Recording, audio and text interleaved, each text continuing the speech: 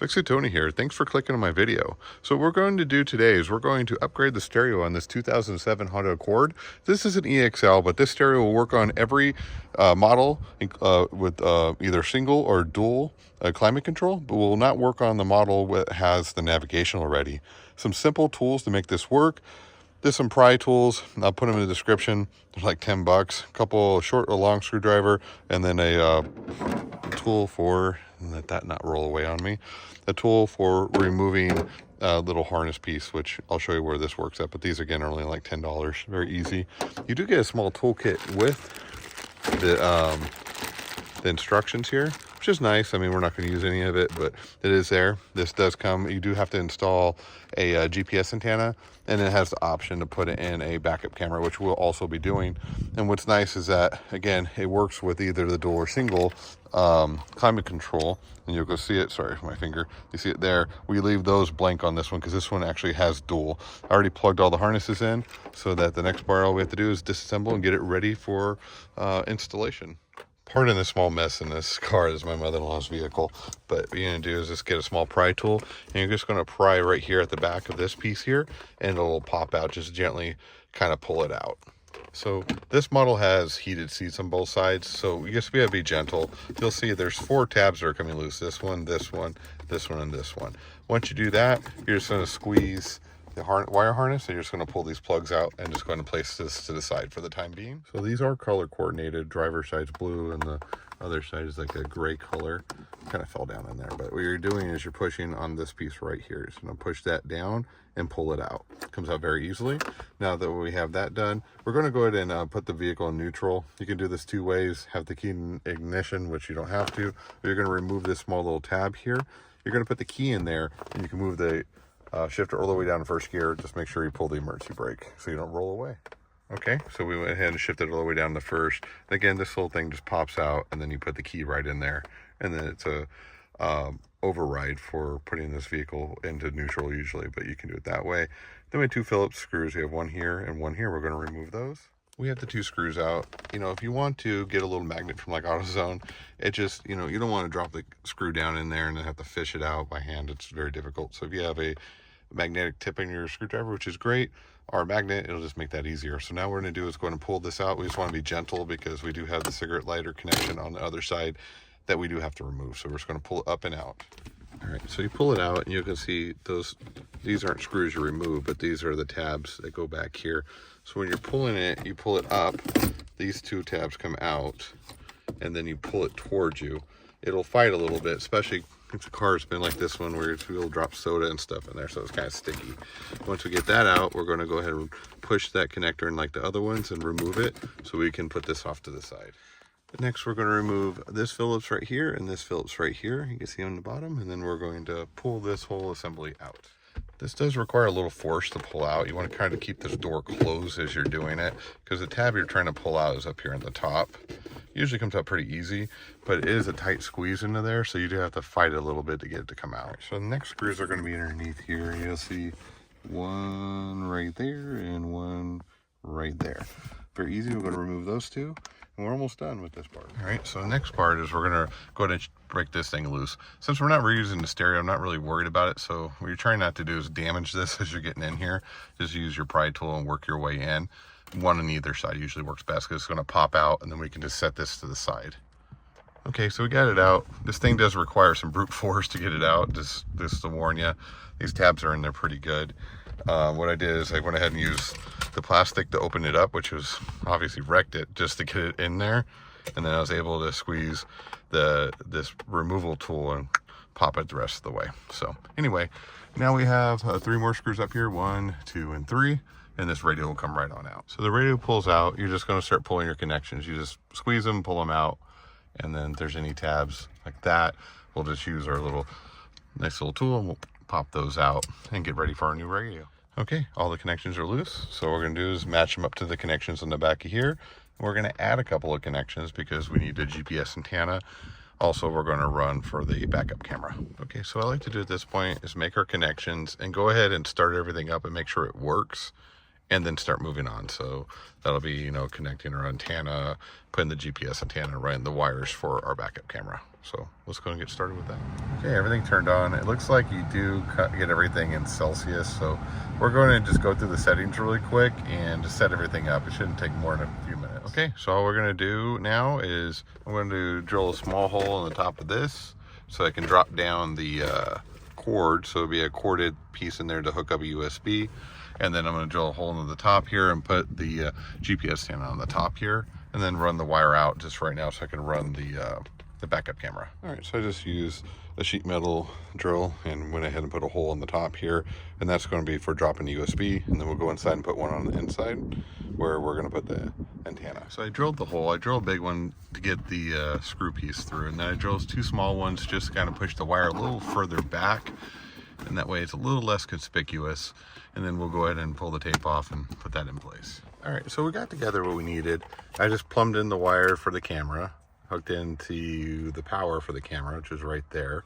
And then I hooked another wire, which is going to hook to my positive on my reverse light. So that wire is just going to go along with the camera wire back here to the back. And we're going to hook that up to one of the reversing lights, the positive, so that when we put in reverse, it's going to trigger the camera. But we can also trigger the camera at any time because it's going to have a power source from the head unit itself. And then we ran the mic up through here. I'll go find it at home. We'll wire it through here, put it up here somewhere. And that's about it. Now we can start reassembling. Okay, so we put the radio in, let's push it in, get 3 screws on top, and then you start reassembling the same way it came out. We're going to put the stop piece on, and then we'll go ahead and put this bottom piece back on. So when putting this back in, I realized I made a mistake when I was taking it out. So I was trying to pry it up.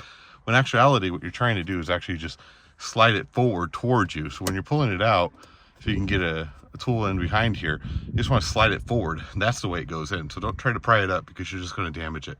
Slide the whole thing forward. All right, so I just routed the wire across the top up to here for the mic. I'll put something up there to make it stay where I want it to stay. And then I will start working down here at the bottom and putting the bottom load compartment in here. Okay, so it's best to just leave this open and slide it in. You do need to get some zip ties. One thing I didn't say. You really got to zip tie the wires up and out of the way, because otherwise they're going to be in it. They're going to be binding here as you try to do this. The wires kind of tend to want to fall. So zip tie them up to something secure so they're not falling down on you. So we got the 2 screws in here. Now we can start reassembly of the rest of the console. So you're just going to plug the cigarette lighter back in. Just push it back in, no problem. And then you're going to shove this back in.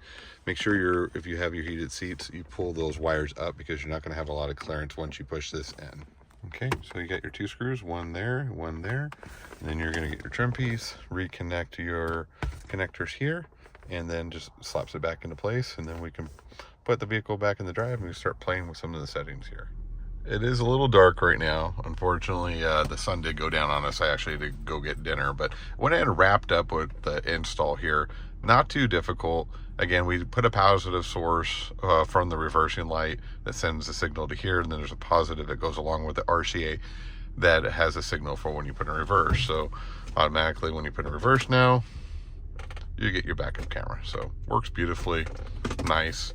I just can't say enough good things about this. For 130 bucks, awesome screen. It looks a little like not black, but it is very, very black.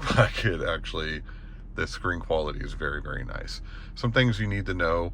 The Apple CarPlay works really, really nice. I like it. It's a little slow. It's not as fast as, you would see in like your normal production vehicles.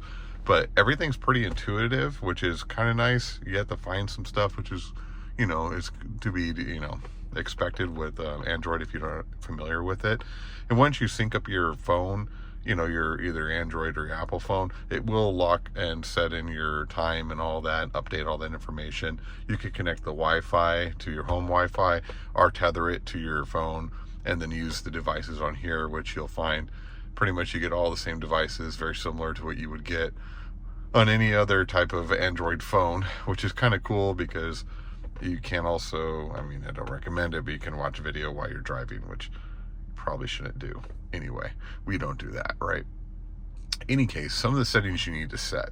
This is comes from China, so you do need to set your time zone, which is very easy. You just touch the clock and you can do that. But you also have Celsius. If you're anywhere but the US, Celsius is fine, but here in the US we like our Fahrenheit, and also we want miles per hour instead of kilometers. So you're gonna do is hit your settings here, and then you're going to click on right here, car settings, And in car settings, this is where you're going to find factory. In here, you're going to hit all zeros and then enter. And then this is where you can mess with your other settings that you're going to need to get into. So go to CAN related settings, scroll down. I already set it to Fahrenheit. Oops, sorry. I set it to Fahrenheit here, so you're good to go. And there's all sorts of a million other settings in here. It just actually runs through the CAN bus. Pretty cool stuff. I haven't played with it.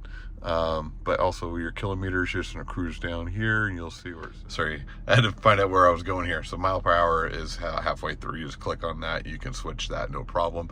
And then, you know, it's just like your standard Android. If you want to clear your screen, see what screens you have going, sorry, you hit that button, right up there. If you want to go previous screens, it's a lot clearer than that. As you can see, it's iPhone camera sometimes. You can clear them out, that way you don't have any previous history. And I mean, it's smooth textile, it's pretty darn nice. You can go in here, set up your stereo.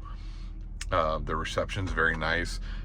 When you go in there too, you can mess with your equalizer. You can set that the way you want it. Turning your loudness on, it works better that way. You can also program your steering wheel controls, and that was in that car function, and it works beautifully. Actually, I was very surprised how easy it was to set that up. You know, you just hit car settings here, and you can go into your radio in there by going to your factory. Oh, sorry, you see your steering wheel controls. We actually want to do that in the factory setting, because I did it that way. It didn't work so well. When I did it in here, it worked a lot better, and you'll see the control in here anyway. You can figure it out yourself. In any case, I've been very happy with this. Please look in the description. You'll have how you can buy this particular radio. They actually sell this for multiple different vehicles. Same screen, just different interfaces, and it comes with all the plugs that, you know, you don't have to buy a wire harness kit. You don't have to buy a fitment kit. You get everything you need for $130. I mean, you cannot beat it.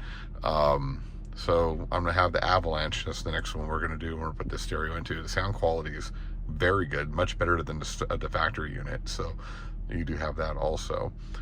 In any case, please like, subscribe, and share. If you have any questions or comments, please put them down. I will do my best to help you out if you're installing a stereo like this of your own. You know, kind of pan back so you can see. You know, it's a pretty bright stereo. I mean, it's pretty big.